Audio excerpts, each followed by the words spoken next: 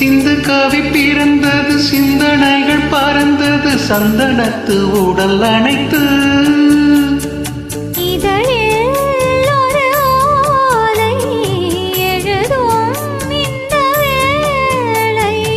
இளமை என்னும் சோலை முழுதும் இன்பலீலை.